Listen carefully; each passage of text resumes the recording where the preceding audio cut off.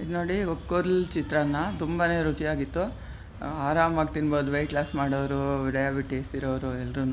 ಇದನ್ನ ಆರ್ಗ್ಯಾನಿಕ್ ಕೊರ್ಲ್ ತಂದಿದ್ದೆ ರೈತರ ಸಂತೆಯಿಂದ, RR ನಗರ ಮನೀಶ್ ಕಾರ್ನರ್ ಎದುರುಗಡೆ ಇದೆ. ದೊಡ್ಡ ಸಂತೆ ಆಗುತ್ತೆ ಶನಿವಾರ ಹೋಗಿ ತಗೊಳ್ಳಿ ಬೇಕಾದವು. ರಾತ್ರಿಯೇ ಒಂದು ಸಣ್ಣ ಲೋಟ ನೆನೆಸಿಟ್ಕೊಂಡಿದ್ದೆ. ಇದನ್ನ ಈ ಥರ ಮೇಲ್ಮೇಲೆ ಎತ್ತಾಕ್ಕೋಬೇಕು, ಗಾಲ್ಸೋದು ಅಂತಾರೆ ನೋಡಿ, ಆ ಲೋಟದಲ್ಲಿ ಹಾಕ್ಕೊಂಡಿದ್ದೆ. ಒಂದು ಲೋಟಕ್ಕೆ 2.5 ಲೋಟ ನೀರು ಹಾಕ್ತಾಯಿದ್ದೀನಿ. ಕರೆಕ್ಟಾಗಿ ಸರಿ ಹೋಗಿದೆ. ರಾತ್ರಿಯೇ ನೆನೆಸ್ಬೇಕು, ಇಲ್ಲ 6 ಅವರ್ ನೆನೆಸ್ಬೇಕು.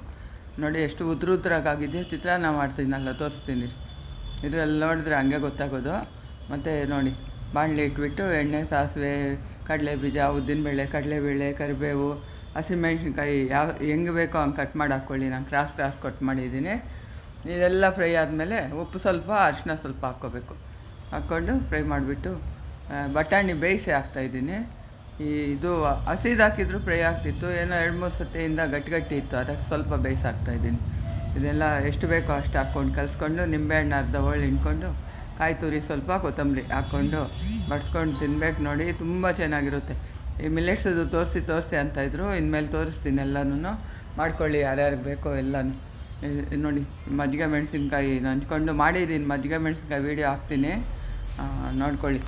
ನೋಡ್ಕೊಂಡು ಮಾಡ್ಕೊಳ್ಳಿ.